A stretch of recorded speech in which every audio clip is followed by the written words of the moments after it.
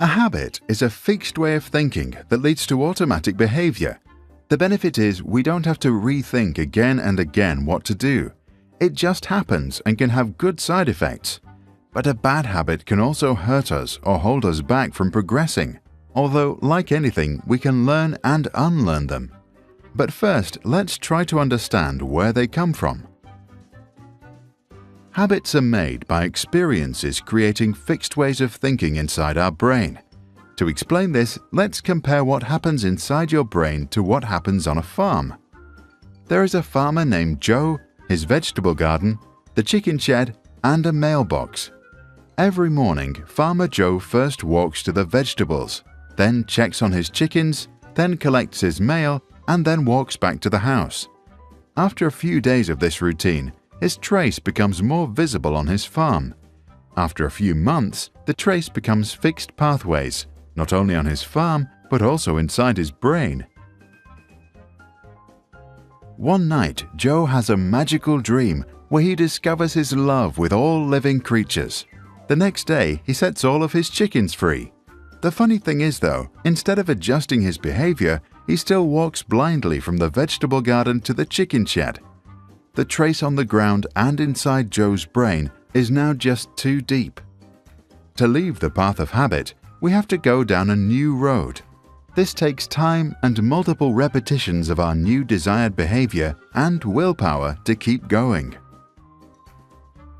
A habit is often a response to a certain trigger, which is followed by a routine and usually ends with a reward. This is also called a habit loop. Joe's trigger is the vegetables. As soon as he waters his last tomato, he starts his next routine to automatically walk to the chickens. His reward is to find eggs. And because rewards release dopamine, a neurotransmitter that makes our brain first happy and then hooked, we get stuck and can't let go anymore. Joe's sister lives in the city. She has a funny habit. Whenever she hears her phone, she automatically looks at the screen. Most of the time, it's just a random, irrelevant message. This happens even if something far more important was happening right at that moment. The sound from the phone triggers a routine in the hope for a sweet reward and some of that addictive dopamine. To change a habit, journalist Charles Duhigg recommends redesigning the habit loop. Say you like going to the movie theater, but whenever you do, you eat too much of that sweet popcorn. In this case, your trigger is the popcorn stand that you pass by whenever you go to the movies. Your routine is buying that popcorn, and your reward is snacking during the film. To change your habit, you could keep the trigger and keep the reward, but replace the routine. Instead of sweet, get salty popcorn. Later, maybe even fruit. If a problem gets very serious, remove the trigger. Stop buying movie tickets. If we can't leave our phone alone, we can turn off all the notifications. And if we have friends that get us into situations that can trigger a bad habit, we can make new friends that don't. Some habits are tricky. Procrastination, for example.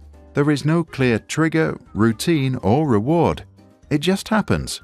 Habits like that can be changed in tiny steps that lead to small rewards. Next time you procrastinate, try to make some short breaks in which you focus. Your trigger can be the full hour on your clock. Once you hear it, focus on your work even if it is just for 5 minutes. After, reward yourself with a piece of chocolate.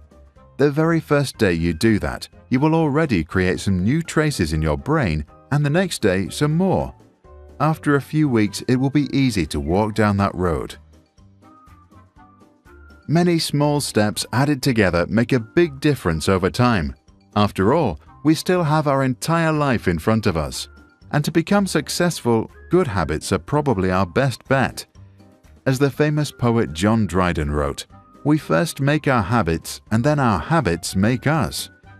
Tell us, have you ever learned or unlearned a habit?